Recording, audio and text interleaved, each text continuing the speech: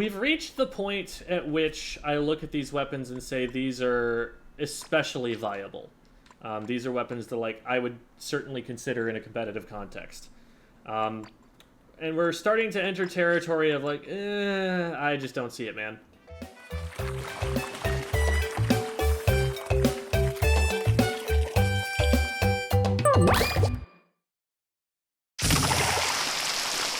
The Rapid is excellent with the Torpedo. Don't get me wrong. Like, rolling Torpedo and being able to hit a direct and splat someone from that far away is nuts. This is super cool. Even the indirect, you know? Just the 35 damage, one direct and they're down, you know? So that's a really potent combo that, you know, you get them pretty close to being splatted even if you only hit the indirect off of that. So lots of potential chip damage combinations here. You know, this weapon on the Kensa Rapid Blaster in Splatoon 2 was very well liked. The difference was its special.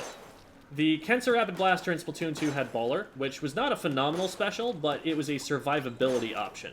And so when the Rapid got closed on, unlike other Rapids, which would just kind of fold if they didn't keep their space in a very disciplined way, this one could get in there a little bit more aggressively, because as soon as there was any kind of issue, it just bouldered its way out of there. Inkjet is not a panic special. If you panic Inkjet, you're going to die most of the time before it can get up in the air. You can try, and occasionally you can make some people miss some shots that way, but it's not super great. Inkjet got buffed recently in that it does a little bit more damage to Crab. It two-shots them instead of five-shotting them, which, you know, is welcome. Problem is, that doesn't help it against anything else that already beat Inkjet. Crab was not Inkjet's only problem. Crab was really not even that much of a problem for it, because it wouldn't want to fight the Crab ever anyway. The problems for it were things like chargers, things that can, you know, hit it out of the air from very long range, which are very popular. Splatlings as well, similar problem. And the fact that if you're going to try and run an Inkjet on a long-range weapon, it's a pretty awkward thing to get into position, because you're going to need to be, like, up underneath a ledge like this to rise up and one-shot someone with that. So playing the gap between, you know, being this, like, zoning weapon and being a weapon that wants to be able to get right on top of you with its special, you know, those are a little bit tricky to make work sometimes. The positioning isn't always there when you want it to be. You can, you know, in theory, maybe try and use the Inkjet to combo with some of your chip damage. So let's say that you hit someone with a torpedo from pretty far away. So let's say, you know, this goes off, that hits someone, you know it did damage. That is a really reliable way to finish that off, even if you're not in range to hit with the main weapon.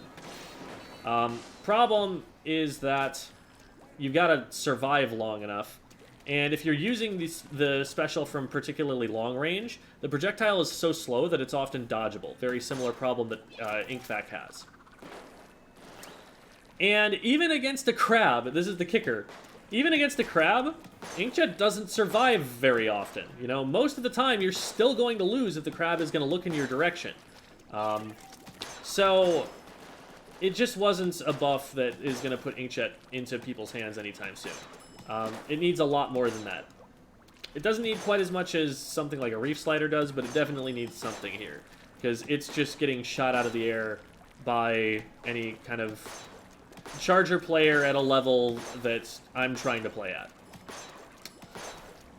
So it is a sad fate for this weapon, because Rapid Blaster plus Torpedo is really strong, and it feels a little bit wasted here on a special that it's just not going to be able to get a lot of use out of. Chara has been, you know, experimenting with it, trying to make it work. Chara did play a lot of Rapid, Kensa Rapid in Splatoon 2, but has decided, you know, it's fun, it's just not working for me, and he's going to experiment with other stuff instead. So, feels a little bit sad, but I mean, I'll still love playing it in all of the situations that I was ever going to play a Rapid Blaster anyway, which are going to be, you know, when I'm messing around, when I'm having a good time in a stream or something, or when I'm playing off weapons with my team in just like open. So I'm happy it's in the game still, even if it's not going to be in competitive that much. Not a ton of paint on this comp, but not a ton on theirs either. Thing is, we're going to need to be really careful to suss out those rollers. We need to know where they are. And torpedoes are going to be very helpful for that. I can just throw that at a patch of ink, and it will tell me if there is a roller there or not. Roller dropped over there, and that is something I can hit. Just like so.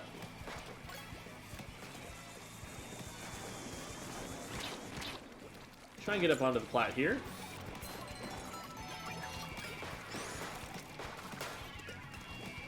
We're going to threaten this, and then we're going to see if we can catch anybody out before we actually go in. There we go. Charger's going to see this.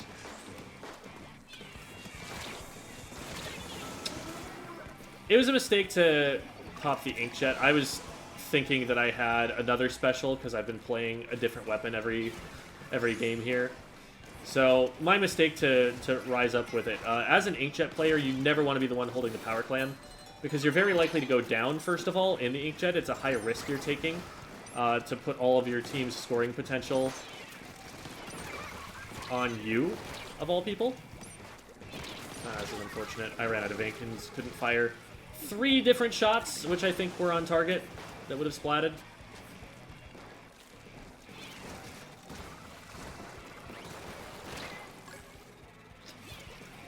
But yeah, never have the power clan as the inkjet unless there's like another power clan holder that's going to be able to get you guys in.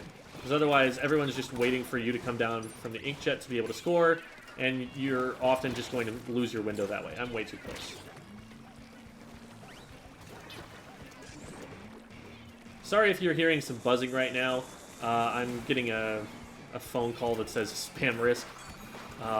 And the phone happens to be on the desk right now, so if it's vibrating the microphone, I do apologize for the noise.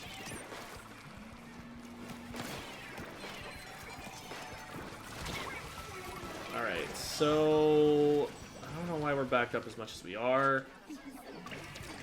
Felt like that was a position where we could have started moving forward. But also on me for not recognizing where my teammates were. We've got 2 down. Let's try and see if get anything more done here. Flush that player out. Nice. We catch them there.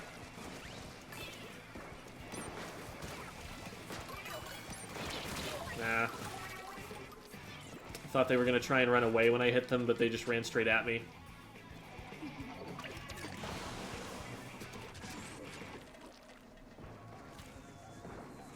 Sitting back here so that the missiles land in a place that isn't as impactful. There's me finding the roller again.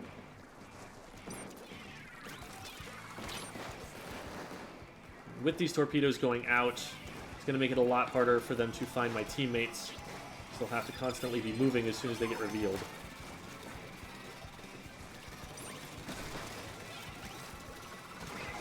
Trying to keep my teammate alive here. And one of the reasons that I felt confident in doing so was that they were going to draw aggro first.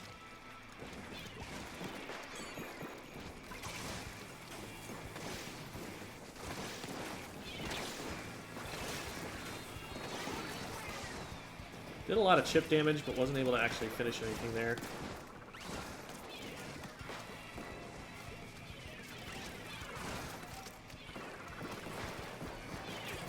Try and drop him over here, yeah. There we go. Okay, let's go. Go on in. There's just one person in front of us. Don't want to wait too long on those sorts of things. Why am I the furthest forward here?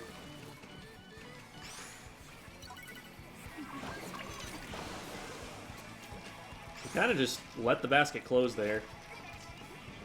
There's definitely a fight to be had and won there, but I needed people in front of me.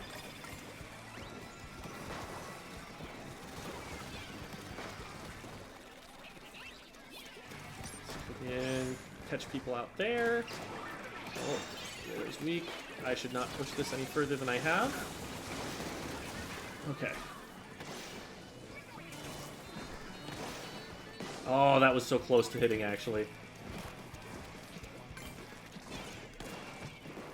That's going to be coming from an angle that's going to be hard for them to deal with. Let's keep that up. Don't want that player getting any closer to us. We're going to crack it. We're just going to back off from that.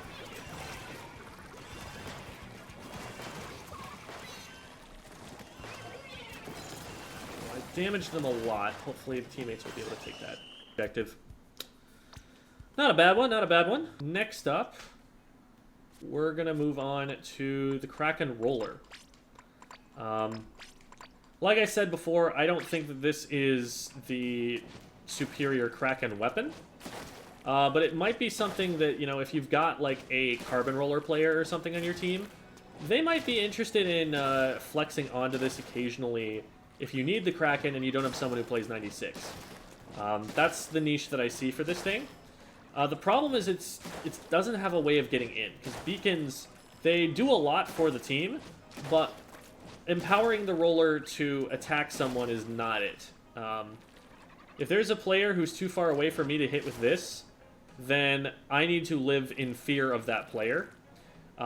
If they paint anywhere that I am dead to rights. So the challenge is finding ways in that allow me to get in range to one-shot someone before they can do anything.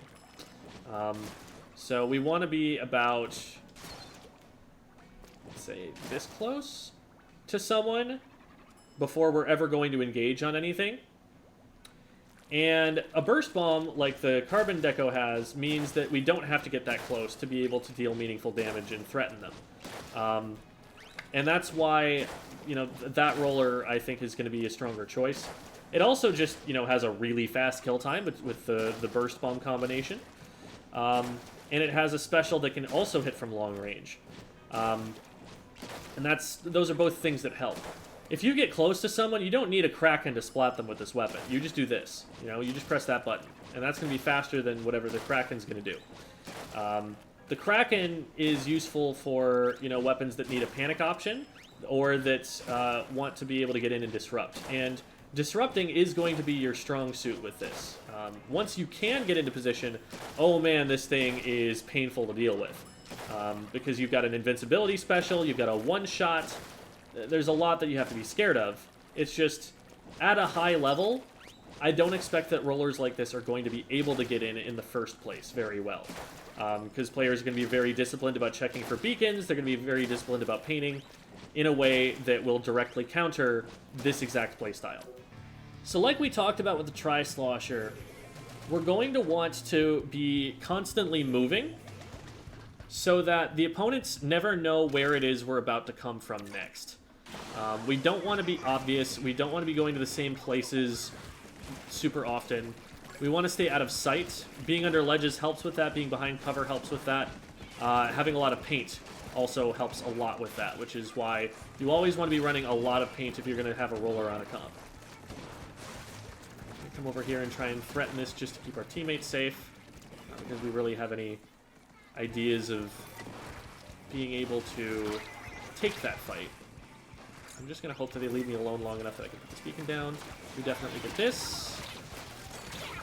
We don't get that, though, and I was hoping my teammate would follow up on that instead of running back away, but understandable given how much damage they'd probably already taken from the stringer.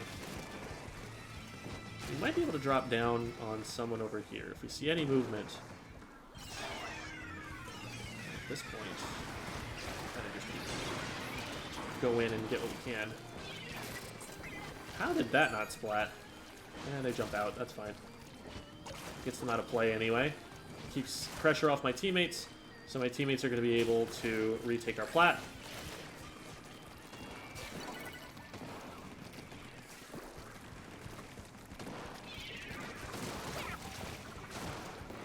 Let's try and get in here now.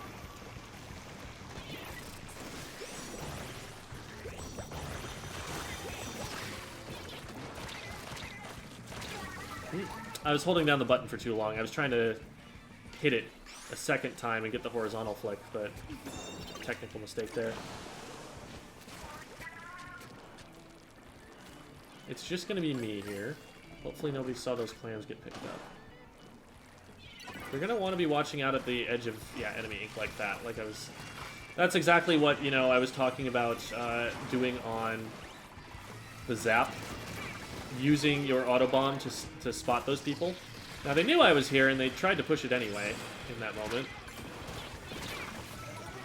And there, I'm just kind of stuck because there's a Tri-Stringer who sees me, and there's not a lot of pressure going forward right now. This is not the time to be going in, especially not there.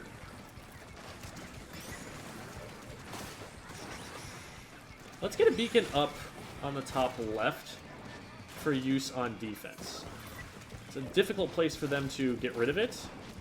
And if we need to defend, that would be a helpful angle for us to get to. That is a really annoying matchup, though. Because when your feet get painted with the roller, it's not the easiest thing to unpaint them quickly. Our flick is fairly slow.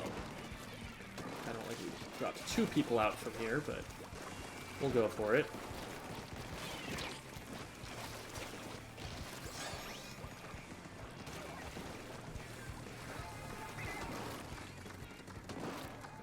Roller knows. I don't think anyone else knows. Definitely not them. I probably should have popped Krak-on earlier there. I might have been able to survive that.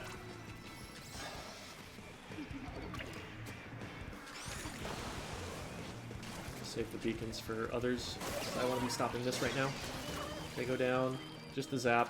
Where's the Zap? Zap is on the left.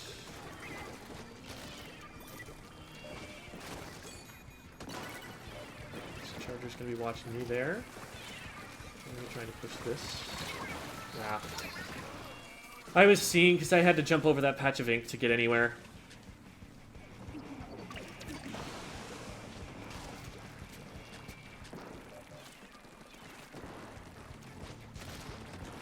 So you can see, you know, from how this game is played out, that my ability to impact the game is directly proportional to how much ink my team has out on the map. If we have a lot, I'm terrifying.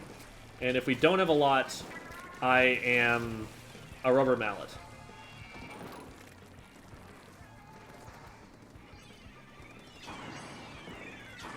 Seeing if I can get this Zap to walk forward at me. Let's just hop into here, see if we can figure out... Okay, they backed up.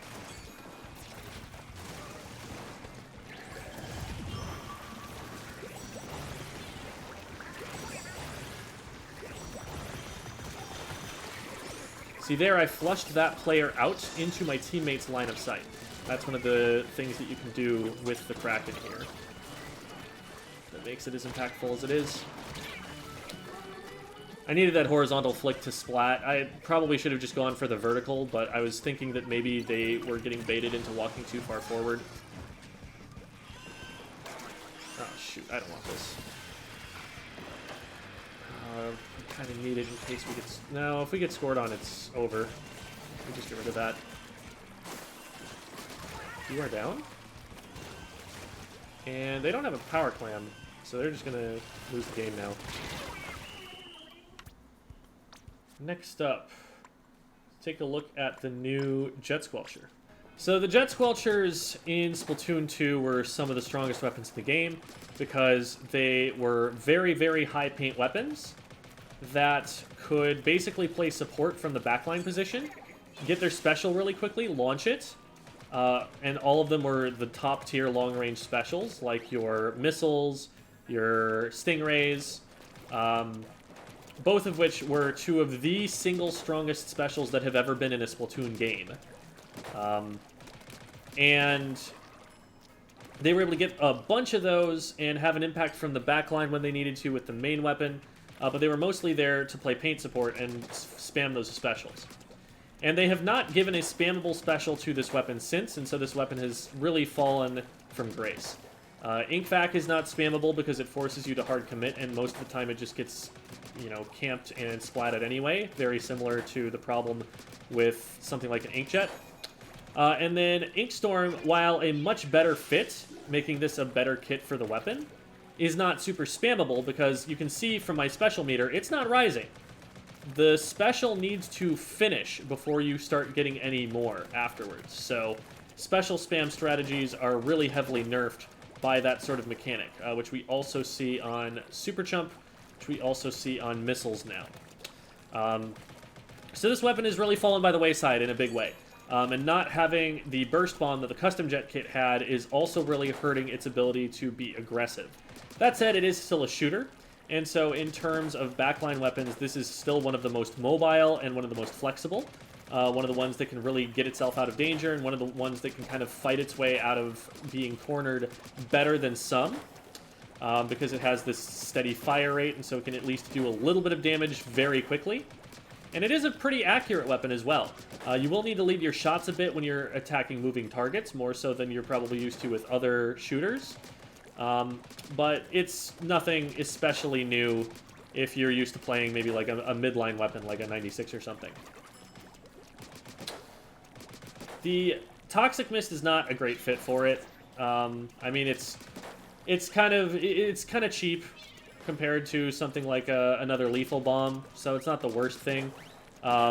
And it can be... It's not like a Toxic Mist is useless to any weapon. There are definitely times where you want to be using it, but it's also just, like, not a great use of the ink when you're just going to be trying to farm a bunch of ink storms a lot of the time. And it's not going to keep you especially safe using it, because it's not stopping incoming damage, it's only stopping the enemy players from being able to reach you in the first place. So you still need to be very disciplined about your positioning. It's not a get out of jail free in the way that rolling a splat bomb at your feet and then just swimming away from it is for something like the vanilla charger. So, very, very mediocre of a weapon. Not a lot of interesting combos or anything going for it. Just a little bit too honest. Not enough that's super cheap that you can gimmick an opponent with, and the damage isn't that much to speak of either. It's a very slow kill time compared to some other weapons, especially if you're thinking about a charger or a splatling once it has charge already.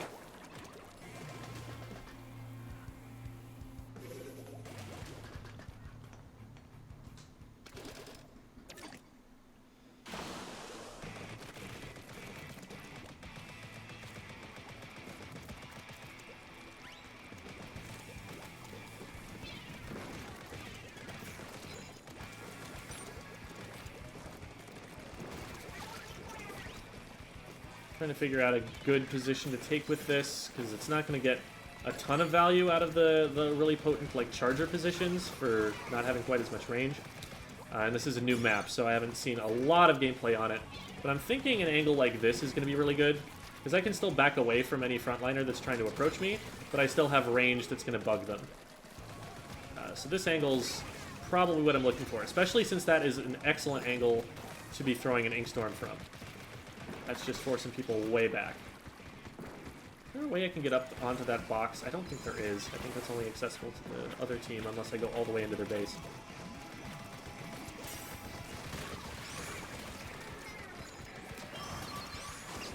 Unfortunate. Let's see if we can get this. I outrange you. Sorry.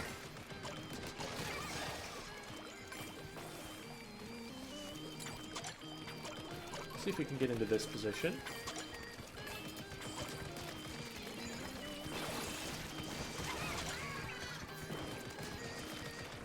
Please leave me alone. Darn.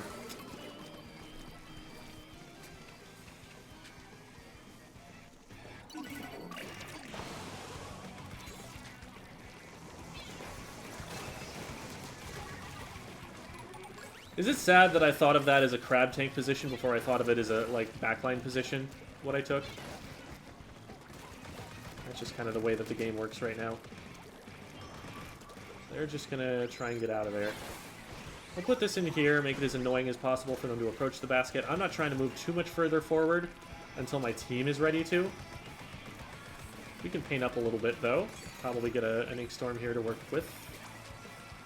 Now that we're moving up, we're gonna pop this. That should flush some players out of hiding. Ooh, I was not watching for the brush at all. Teammate followed up really well, though, and now we are up 3-1. We had no support whatsoever for running in with the clam, though. We needed to be protecting that player as they approached. Ink at the moment. This isn't the most ink-efficient weapon, unfortunately.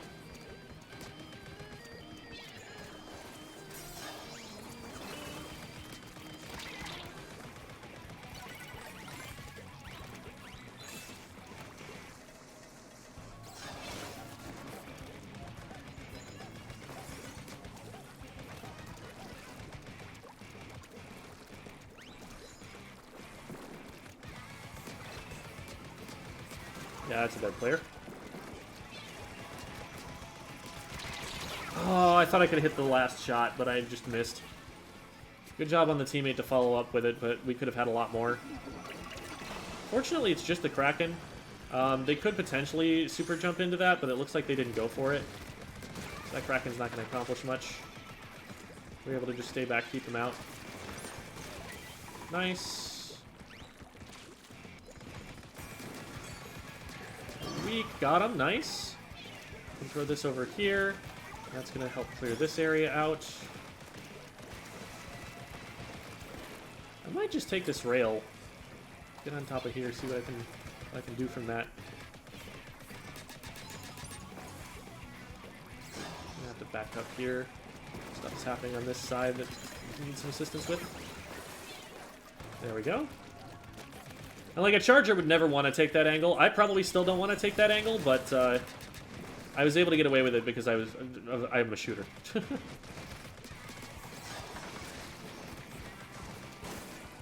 Very weak roller there, but unfortunately teammate didn't notice. I might be able to stop this. Nope, not quite.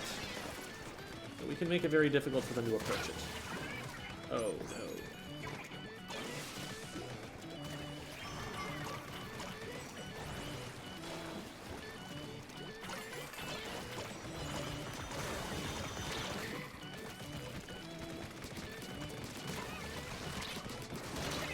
Alright. Did we save it? They just need one clam. Oh my god. We did just enough. You can see, though, that the stopping power isn't quite there. Something like a Splatling, something like a Charger, it gets those picks a lot more quickly and consistently. So, while I'm able to do, you know, damage more steadily, there are some times where the burst damage is... You can definitely tell that it's lacking. That you would really like to have more than you have. Splatting someone takes a while... And you've really got to be careful about deciding whether you have the resources to do it in that moment. Alright, let's talk about this silly thing. Neo Sploosh. This is a weapon that suffers exactly the same problem as the Krak-on Roller, but has it a little bit worse. Because this has even less range than a roller one-shot. Remember, we could get a roller one-shot from about here. And we're only getting fall off until we get a little bit closer than that. Plus, this is an instant as soon as it hits someone. So if you ambush someone, it's a very short amount of time, but it's theoretically possible that they might actually react and dodge out of the way before the rest of your shots hit. So, it is zippier and zoopier, though. The big advantage of this weapon over anything else is that it's just one of the fastest weapons in the entire game. It's lightweight, it paints for itself extremely quickly, its swim speed is phenomenal, especially when propped up with gear. And so it just kind of runs all over the place. And that doesn't work at a top level because they paint defensively and they can hit their shots. So even if you're going very, very quickly, they will still be able to shoot you. But it can be very fun to zip and zoop around with, especially when aided by the beacons. So you can use the beacons to kind of get behind enemy lines. Again, same problem with the roller, though. What a short-range weapon like this really needs to function in competitive level play is a way to poke at longer range than its main weapon gives it. and this just does not have that. It has the Killer Whale, which is not a poking option because that's such a huge commitment. That's such a huge resource. You want to be using that at a time where you're sure it's going to get value, because it's not something that you can just throw away there. So the sub-weapon is not helping it out in combat at all. It's probably just going to get scoped out and die a lot of the time. But what you can do is use a lot of whales and use them in sort of the same way that an ink brush uses them, where because you're so fast, you kind of like use this while you're moving to get a bunch of different angles, to get very wide angles and cover more of the map with the lasers and potentially harass or do damage to more opponents than you would with a slower moving weapon. It also paints a lot more than the roller, which is going to be helpful for supporting its flanking playstyle, although, again, it's still going to be seen while it's doing that, and it's going to be seen more often if it's going to be spending more of its time painting.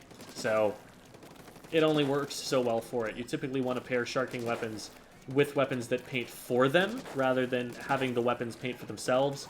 But it does manage to do that in some cases.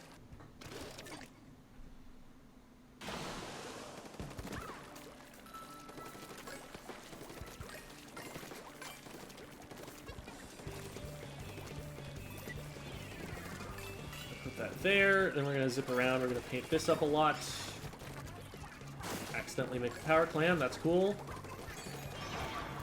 Pop this, try to help the team out. Well, right when I pop it, he's cracking in my face, so unfortunate. Looks like the beacon got taken out on the left, which is interesting. It looks like someone threw a bomb at it. That's what happened. So let's see if we can get that in a slightly more annoying position, but still have the same value. Come on, put it down. Okay.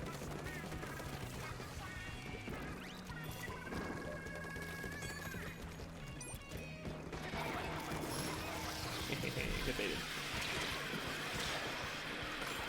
I was hoping those would focus on a player and not on nothing. Weren't able to take out that player as quickly as I would have liked, and so we weren't able to maintain a foothold there. But good job from my teammates to follow up on that fight. We're just going to zip over here, because there's probably a player in the corner here. Yeah, no. Not at this level. That doesn't work. There's someone over there, and I do not have the range to contest them, and this is where I died. I was hoping to maybe just zip past them, but I didn't have the stealth to be able to pull that off.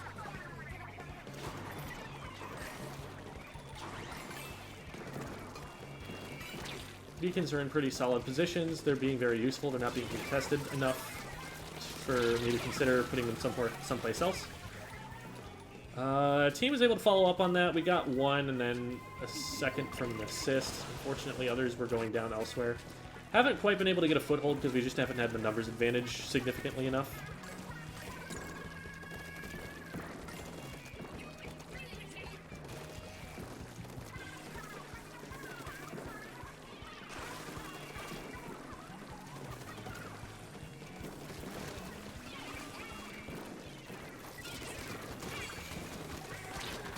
And this is where a Sploosh shines, when range is not an issue.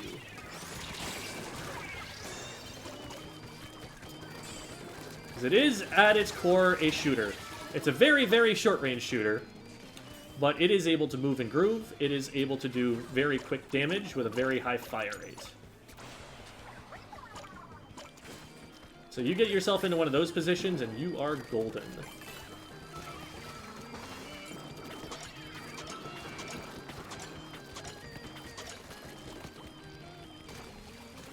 Gives the team time to get more.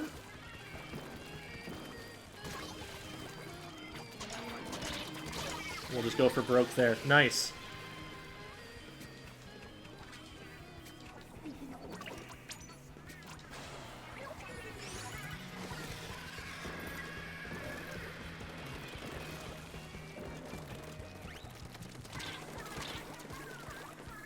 I'm trying to get out of there.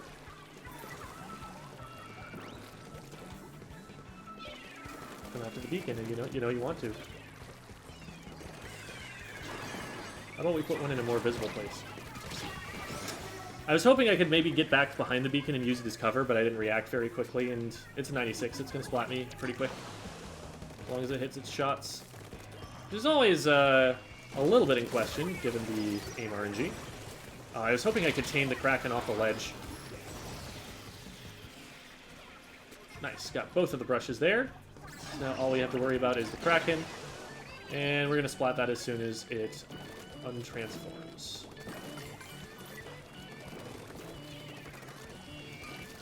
I'm cutting off the escape route of the opponent over there, and that will make it so that they're forced into my teammates.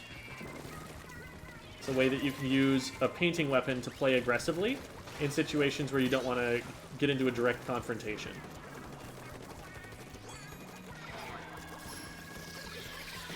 There's nobody here.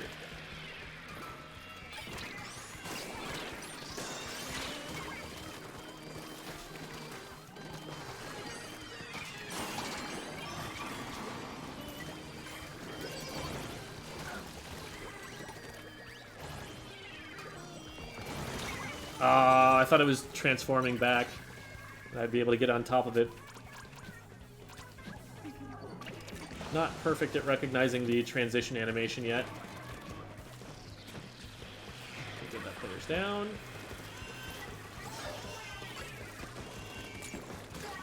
Yep, okay, that'll stop them. Won't stop them.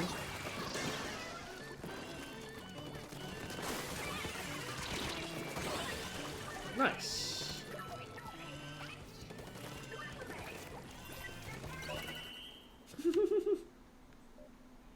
Beacon. At this point, unfortunately, we are getting into some of the real stinkers. We've got this H3, or the L3, sorry. We've got the Clash Blaster, and I think that's it, if I remember correctly. We'll start with the L3. The L3 has had a problem for a long time in this game that it does not do enough object damage. And that has just really made it difficult to play in a meta that's dominated by things like Crab Tank. Even then, you know, things like a splash wall that you have to destroy, it's not going to do a great job at doing that quickly either. And it was so sad because Burst Bomb is a beautiful addition to this weapon. Burst Bomb helps it get its feet painted so that it doesn't have to stand and stare at the ground for as long, which is really, really useful for it getting out of survival situations. And it also can be a little burst of damage to add on when a couple of shots don't hit all of what they need to splat. The problem is that they then went and took this beautiful kit and paired it with Ultra Stamp, which is not a good fit for the L3. It is a very aggressive special for a weapon that's going to be playing a very like midline zoning sort of pressure. It's going to slowly walk at you and try to outrange you. It's not going to try and run right at you and get in range of you. So all of this just doesn't work super well together. They took a beautiful sub-main weapon combination and put it on probably one of the worst specials they could have given it. I think Reef Slider would be a little bit worse, but that means it's probably not ever going to see competitive use. Unless they buff stamps so much that you just absolutely need one of these things, I don't think you're running this, and even then I think you're running it on a Mini instead, because Mini also has the Burst Bomb, has, you know, better range, better competitive track record than the L3 for the most part. Mini was in fact meta and a number of points in Splatoon 2. Just truly sad that what was otherwise a really good kit ended up getting the Ultra Stamp.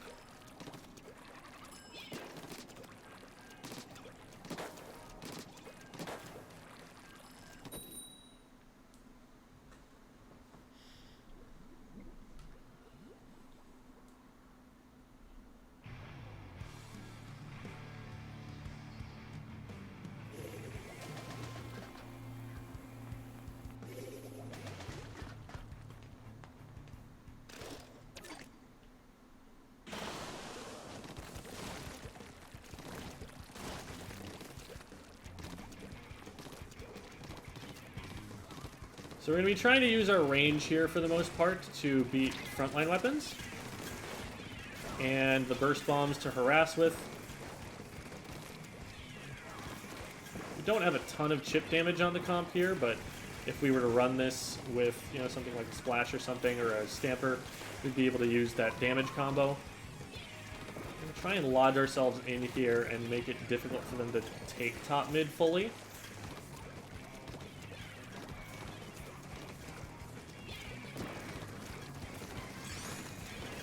Starting to get pushed. See if we can pop this and get something done over here.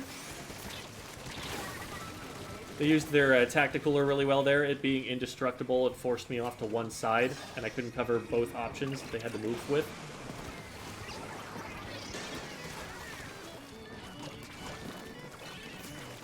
You can see here, the damage is just a little bit tricky to land. You know, you can say skill issue, but, like, why would I learn the skill if it's just always going to be easier to hit shots on another weapon? I could be running a mini right now and aiming at this just fine. The weapon needs to have something special to encourage me to want to develop that skill. And when even a crab tank isn't going to do it, it feels really hard to justify. A good throw there. That'll get one extra player down, besides what I was probably already going to get with my teammate.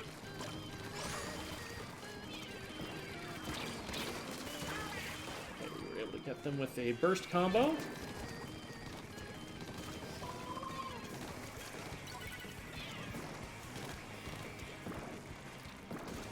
Continue to try and hold top mid, prevent them from gaining access. Hydra knows that I'm trying to aim this at them. Oh no, that was a good bomb. I saw that come in and just wasn't thinking about it because I was so hyper-focused on where the Hydra was and whether I could hit that throw. But Hydras know when a hammer gets popped, they know who that's getting aimed at.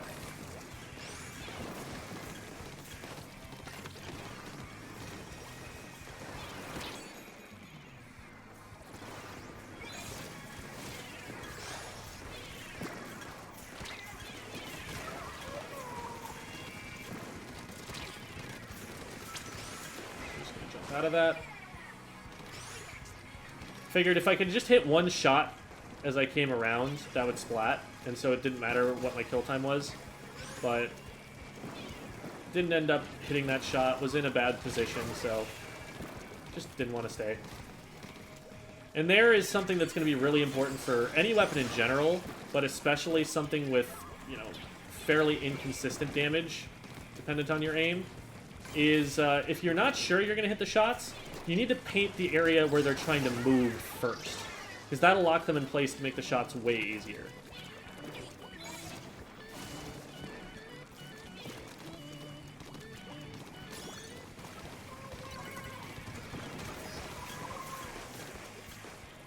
We have to back up a little bit. We have a lot of teammates down, and all that's left is a backliner, so they're not going to be able to push up with us if we try to push. We're not exactly a great pushing weapon either.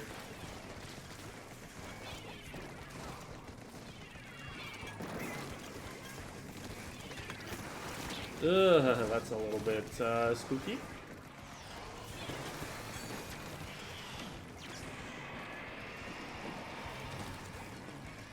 Is somebody over here still? No. Oh. Good shark.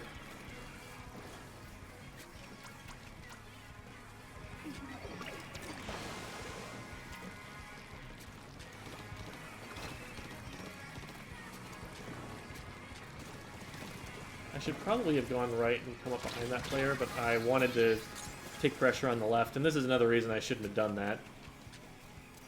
No support and open sight lines. I'm thinking, you know, I have a little bit of range. I can hold an open sight line, but I got too close. And also, I don't really trust my damage to be able to hold that sight line. We might actually... we only have 15 seconds. We need to make a power clam in that time. Probably needed to actually save that power clam. Yeah, this is game over. There's no chance that we actually stop. Yeah.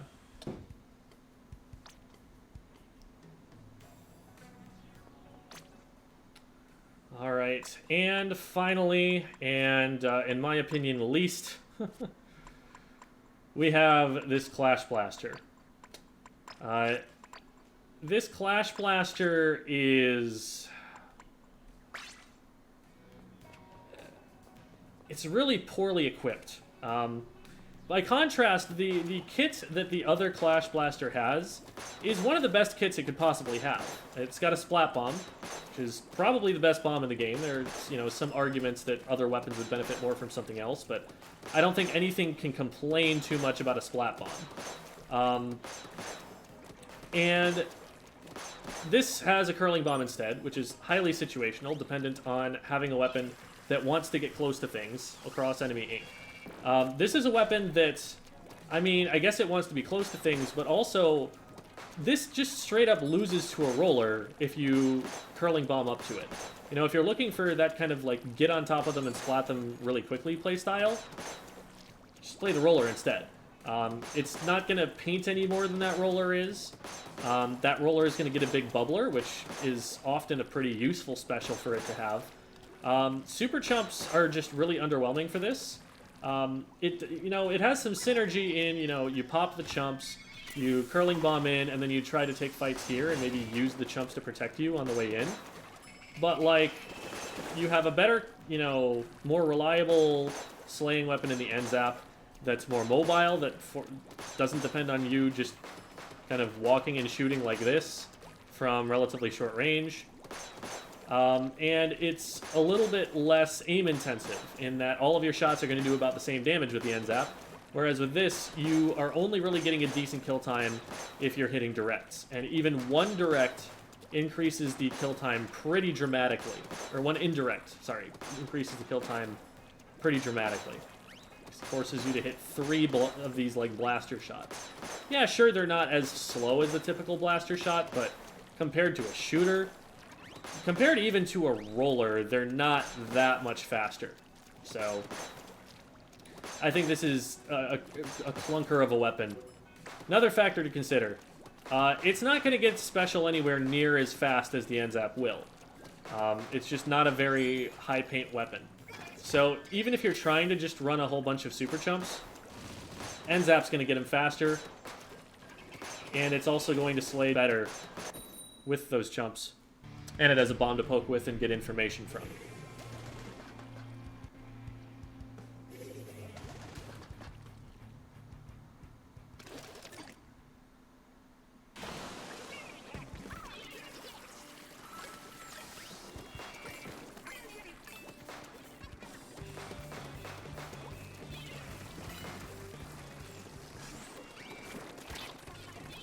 Can't get in there because there's a longer ranged weapon that's holding the area.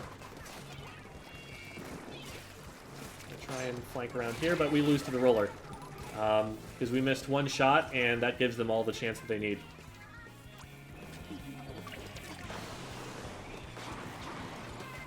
If I'm able to hit that second direct, then it's fine. But, like, they didn't need to hit 2 shots. From that range, they are able to just 1 shot. There. They ouched. Okay, but the opponent has left the scene since...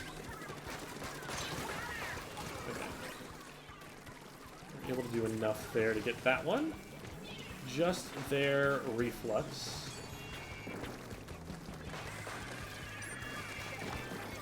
I'm gonna pop this, we're gonna do this, and then we're gonna go in and see if we can die to a roller. That's another challenge of it, though. Like, if it has a weapon like that that outsharks it, it doesn't have the paint output to really paint defensively against it. So it's gonna struggle against that as well.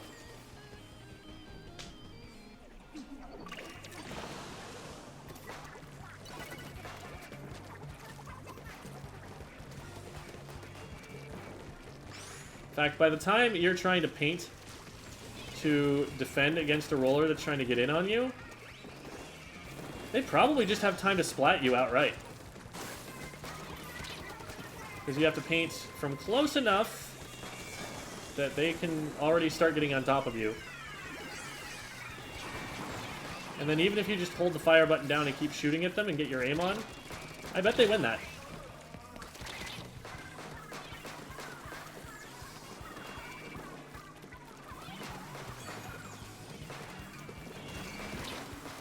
One advantage you do have is the ability to hit it around corners. which there are other weapons that can do that, but it is noteworthy, and I don't want to, you know, undersell the weapon. That is an advantage, and it's a reason why the Clash Blaster is a lot more liked on tower control than in other places, because being able to hit up and around the tower in various ways is useful. But the roller has a lot of that functionality, if not all of it, already. So, oh, oops. Even in some of its best competitors, you will still find that. It's not something that sets the weapon apart by that much. Maybe not the ability to hit around corners from the roller, but at least up over ledges, which is definitely still very valuable.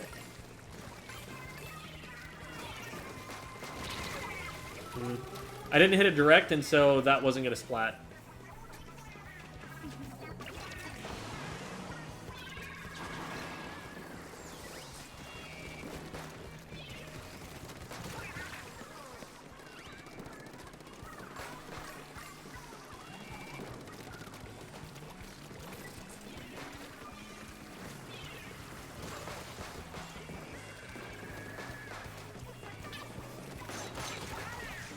Nice, got the double direct.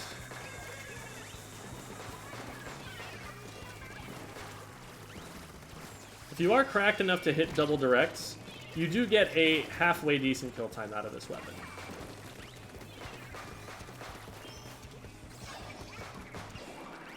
Man, that is highly unfortunate. Oh, man.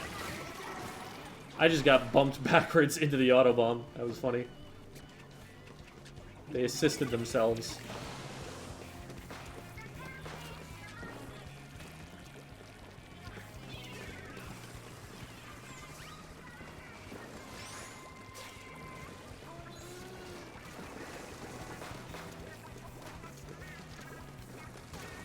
Let's get up here, see if we can help the teammate out. I want to keep them alive if we can. There we go. Didn't keep them alive, but we have some control of the basket.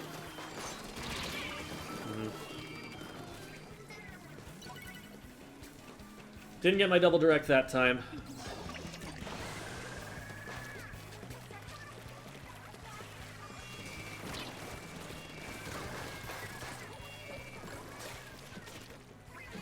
Just jumping out. I figured there wasn't anybody they could jump to that it would be dangerous there. If we can stop them... Oh, man. If we can stop them from scoring at all, that'd be ideal. Okay, we need to stop